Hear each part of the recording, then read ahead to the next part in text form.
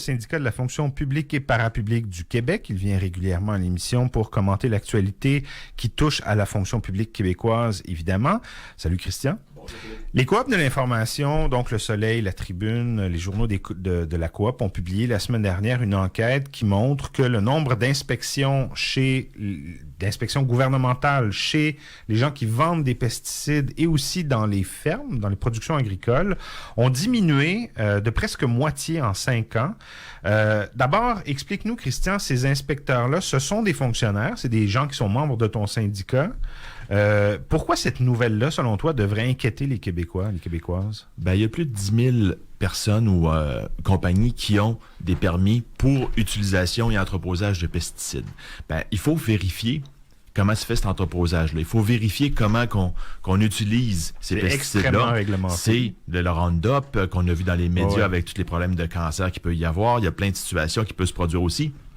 Éventuellement, la nourriture sur lesquels on met des pesticides, c'est la nourriture qu'on va ingérer aussi ou que le bétail va ingérer puis qu'on va ingérer par la suite. Donc, ça va se ramasser dans notre organisme. Au bout du processus, c'est immanquable. Ça finit dans notre corps. Exactement. Ouais. Mais avant 2018, ce que le ministère faisait, il y avait une partie d'inspection qui pouvait se faire à distance. Donc, les gens appelaient ou les gens écrivaient sur les formulaires puis ils donnaient l'inspection, comment que ça se passait chez eux.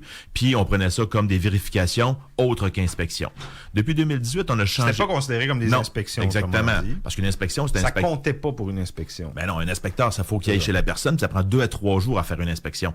Il y a personne qui a toutes les connaissances comme infirmier, mais donc qui a des connaissances puis qui a le temps de faire ça pendant 2-3 jours seulement pour ça. Il y a d'autres choses à faire, puis il y a d'autres activités à faire. Donc, il faut que les inspecteurs se déplacent. Puis, en ayant des restrictions, en se déplaçant plus, ben on laisse ces producteurs-là, les gens qui ont des permis pour entreposer aussi, le faire eux-mêmes. Alors que c'est pas quelque chose qui est logique. T'sais, il faut qu'on puisse aller vérifier sur le terrain. C'est comme si tu es sur l'autoroute, puis on dit « Ah, il y a des pancartes, limite 100 km/h. » On va enlever les policiers, les gens vont le respecter le 100 km/h. C'est complètement faux, là. Mais pas de policiers de la Sûreté du Québec sur les autoroutes. Les gens vont rouler plus vite que 100 km/h, à part une couple de photoradars à quelques endroits. Fait ça prend une inspection. Ça prend des gens qui vont aller sur le terrain. Sans s'annoncer, hein, pour prendre les gens dépourvus, voir comment ils fonctionnent. Exactement. Quand ils ne se savent pas surveiller. Exactement. Comme dans les restaurants, par exemple. C'est pas tout le monde qui est de mauvaise foi. C'est pas tout le monde qui veut crosser le système, si je veux dire ça ainsi, là. Mais ce qu'il faut comprendre, c'est que des gens, peut-être, qui ne savent pas les bonnes techniques, la bonne façon d'utiliser, les bons dosages aussi. Donc, les inspecteurs vont les aider de ce côté-là aussi. C'est pas de la mauvaise foi à chaque fois. Ça se peut que ça soit juste une méconnaissance. Mais il faut qu'on puisse aller faire un tour au moins une fois parmi tous les 3 ans, là. Et là, ce qu'on comprend de cet article-là qui a été publié par les coops de l'information, c'est que le nombre d'inspections sur le terrain, les vraies inspections, ont diminué de moitié en 5 ans. Replace-nous un peu dans le contexte déjà. Il y a 5 ans, c'était après ce fameux scandale-là qui avait entouré le congédiement du lanceur d'alerte, Louis... J'ai oublié son nom de famille. J'avais Louis aussi. J'ai oublié le nom de famille. C'est un professionnel du gouvernement du Québec qui avait dénoncé justement cette situation-là. Puis oui. Après ça, le gouvernement avait dit... On va être mur à mur partout, on va renforcer le nombre d'inspections. Ils l'ont fait effectivement, mais apparemment, ça n'a pas duré longtemps. Ah ben, tant que c'est dans les journaux, ils vont s'en occuper. Les inspecteurs, on en a 300 à peu près. Ça n'a pas changé, mais on donne plus de mandats. On met des lois en place. On met plus de fonctions chez ces gens-là, des règlements à respecter pour la population. Donc, eux doivent surveiller ça aussi. Donc, ce que le gouvernement doit faire, c'est regarder où est-ce que ça pop le plus dans les journaux, où est-ce que ça pop le plus dans les médias. Puis là, on va mettre les inspecteurs. Oui, on en a. On va les envoyer faire ça. Puis dès que l'actualité ça baisse un petit peu au niveau de l'attention, on les met ailleurs à ce moment-là. Donc, c'est ça qui est complètement aberrant. On donne plus de mandats, plus de travail à faire, mais on leur donne pas plus de temps pour le faire ou pas plus d'inspecteurs pour le faire aussi. Puis là, en plus, avec les coupes budgétaires qui s'en viennent, on va dire, on va restreindre le kilométrage à faire, on va restreindre les sorties du bureau à faire aussi. C'est ça qui va se passer. Donc, il va y en avoir de moins en moins. Puis, on change le terme aussi. Avant ça, on appelait ça des vérifications autres qu'inspections. Maintenant, on dit des inspections hors site. Fait que dans les statistiques du ministère, on rentre ça comme des inspections. Donc, on vient inclut les appels. Fait qu'on vient fausser les données. C'est ça. C'est Louis Robert.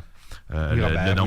C'est ça. Ça m'est revenu pendant que je me disais. On change le terme, en plus, pour le mélanger aux données. Fait que quelqu'un qui dit, est-ce que vous faites autant d'inspections qu'avant? Il va dire, oui, on en fait autant qu'avant, mais on diminue de 27% sur le terrain.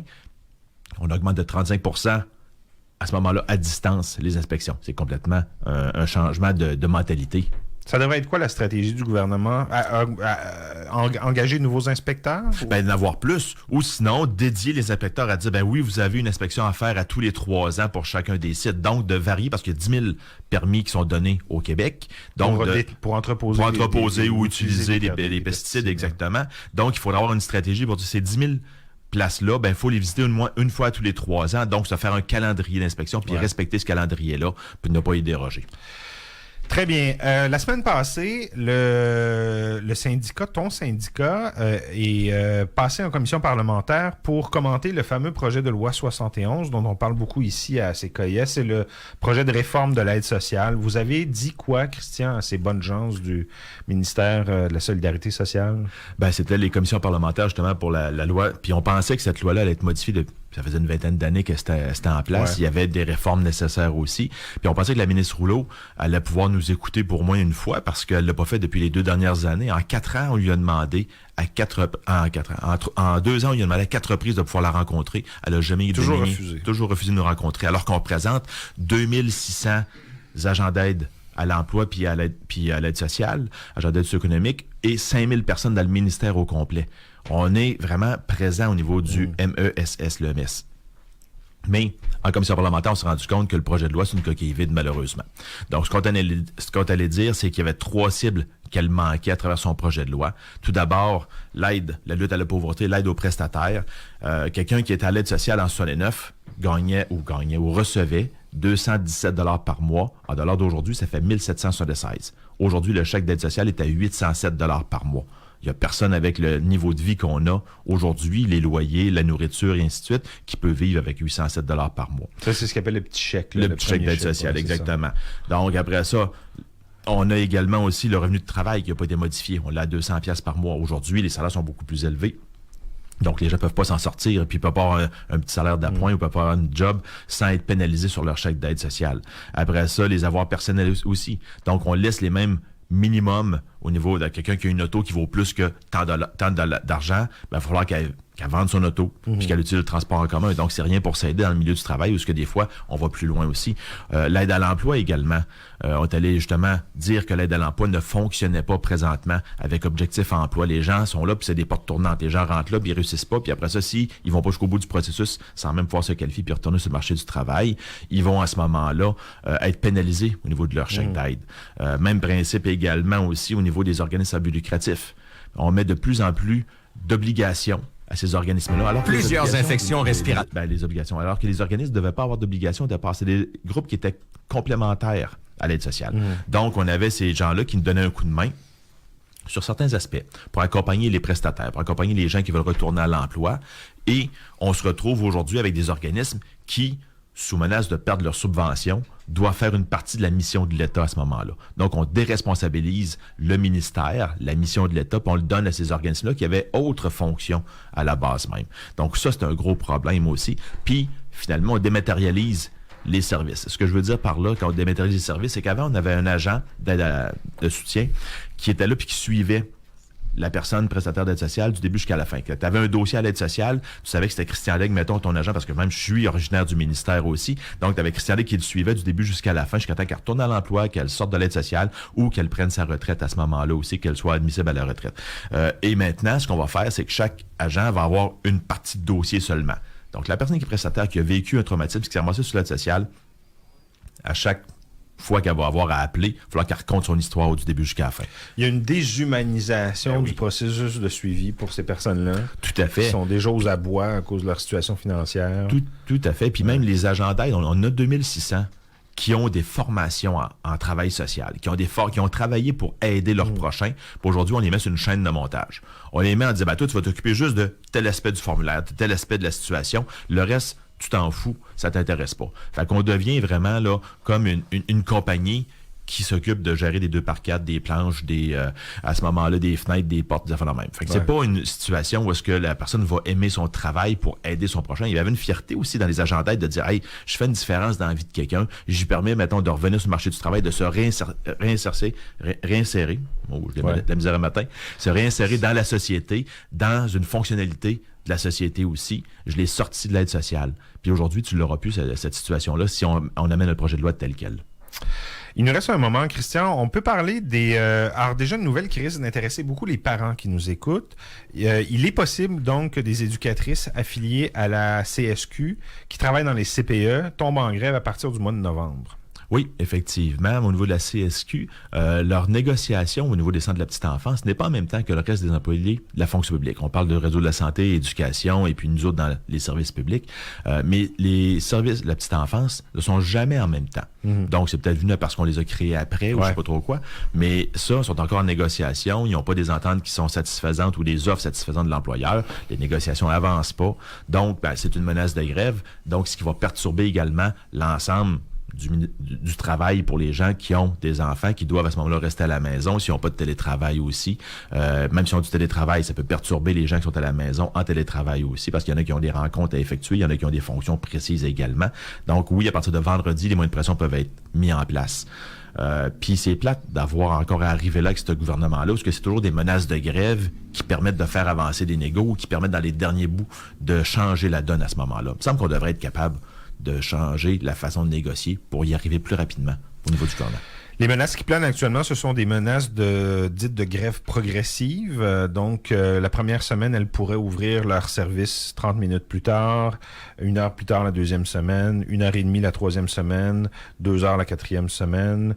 Et après un mois de moyenne pression, elles pourraient également débrayer pendant des demi-journées ou même des journées complètes pour accentuer la pression sur le gouvernement. Ben effectivement, le but, ce n'est pas de faire une grève en partant, c'est d'avoir des moyens qui vont être progressifs pour faire comprendre à l'employeur qu'on est sérieux dans ce qu'on veut faire. On veut pas faire la grève. La grève, c'est le dernier moyen qu'on veut parce qu'on pénalise d'abord les parents qui seront pas de bonne humeur, mais qu'on espère qu'ils vont comprendre la situation. Puis on se pénalise soi-même parce qu'on perd du salaire aussi là, pendant ce temps-là. Les prestations de grève qui sont données par la centrale ne compensent pas la perte monétaire qu'on associe à ça. Donc, c'est sûr que la personne ne veut jamais faire la grève. Mais on dit, si c'est la seule façon que l'employeur va comprendre, on n'a pas le choix d'y arriver puis d'aller vers là aussi. Mais c'est de le faire en progression de même, tant mieux. Puis c'est un peu ce qu'on voit dans les services publics aussi ailleurs. Des fois, on a comme une demi-journée de grève à différents moments ou une journée de grève avant de faire une grève générale illimitée. Donc, c'est ce qu'on espère. C'est que les moyens de pression vont faire comprendre à l'employeur qu'il faut aller vers un autre aspect de la négociation. Il faut changer les offres qui sont sur la table aussi. Un mot sur la FIC, peut-être? Oui, la FIC qui est en en période de vote présentement, qui évite les moyens de pression si l'offre est acceptée, parce que c'est une offre du médiateur. Il faut comprendre que là, c'est pas le gouvernement qui a réussi à avoir une entente de principe avec la FIC. L'entente de principe est venue d'une tierce personne qui est le médiateur. Alors, il était en médiation parce qu'il y avait déjà eu une première offre du gouvernement qui avait été acceptée par le conseil de négociation, mais qui avait été refusé par les membres. Donc, à ce moment-là, ils ont changé. Ils sont retournés à la table avec médiation pour continuer. Et finalement, le médiateur est arrivé, ou la médiatrice est arrivée avec une offre. Donc, cette offre-là a été jugée acceptable par l'employeur. Puis elle a été jugée acceptable également par la FIC. Donc, on vient abaisser un petit peu les demandes du gouvernement parce qu'il y avait une demande beaucoup de mobilité. Donc, les infirmiers et infirmières pouvaient se promener d'hôpitaux en hôpitaux ou d'endroits en endroits à travers une même région. Des fois, les kilométrages étaient assez élevés. On changeait d'endroit également, tu vois, en salle d'opération versus d'autres services qui sont donnés. Donc, on avait vraiment une grosse mobilité qui faisait pas l'affaire des membres de la FIC, qui trouvaient qu'ils perdaient, puis qui perdaient également leur expertise par rapport à ça. Donc, le médiateur est arrivé avec une espèce de point milieu entre ce que la FIC demandait ou ce que la FIC ne voulait pas puis ce que l'employeur lui demandait. Puis, pour les distances, c'est beaucoup là-dessus. C'est pour les distances, mais c'est également les endroits où les gens devaient travailler, les gens où ils devaient se déplacer. Donc, il y avait vraiment un gros changement. Puis pour connaître des gens dans le milieu, tu peux pas être aussi efficace quand tu travailles tout le temps au même endroit, puis qu'après ça, tu as besoin, ou quand tu es tout le temps pris puis à te promener d'une place à l'autre dans des services qui sont différents, avec à ce moment-là également aussi des fonctions différentes, des tâches différentes aussi. On travaille avec des humains, des humains en matière de soins de santé. Exactement, puis les horaires qui changent également aussi. Il y a des expertises dans sciences infirmières. Exactement, et puis même les médecins aussi qui travaillent avec les mêmes infirmiers et infirmières ont une façon de fonctionner qui leur sait puis qui sont efficaces aussi à ce moment-là, qui vont plus vite. Quand on a la même façon qu'à travailler avec une nouvelle personne, tu t'adaptes à la personne vers qu'elle s'adapte à toi aussi. Donc ça change la façon de faire à ce moment-là.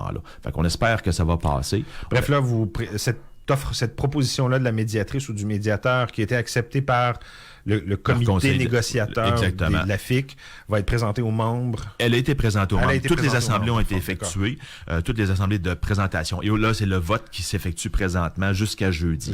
Donc, c'est une période de votation qui est en dehors de la période de présentation. Parce que les gens sont partout sur le terrain au niveau de la province. Donc, ils font une période de votation unique qui est du début là, jusqu'à jeudi, pour à ce moment-là, là, qui a commencé quelques jours puis qui va se terminer jeudi. Les résultats vont tomber vendredi ou ça peut prendre un peu plus de temps? Non, si c'est des votes électroniques qui se font, ça peut aller beaucoup plus vite que ça. Ça peut sortir de la journée même. Tout dépendant à quelle heure le vote se termine. Comme nous, dans la fonction publique, on avait un vote qui se terminait à 16h30. À 16h45, on était capable de sortir et de publiciser les résultats du vote à ce moment-là. Il n'y a pas de difficulté de ce côté-là. On va garder un œil là-dessus, évidemment. Merci beaucoup, Christian, de nous avoir expliqué tout ça ce matin. Merci, Philippe, et une bonne journée. Bye bye.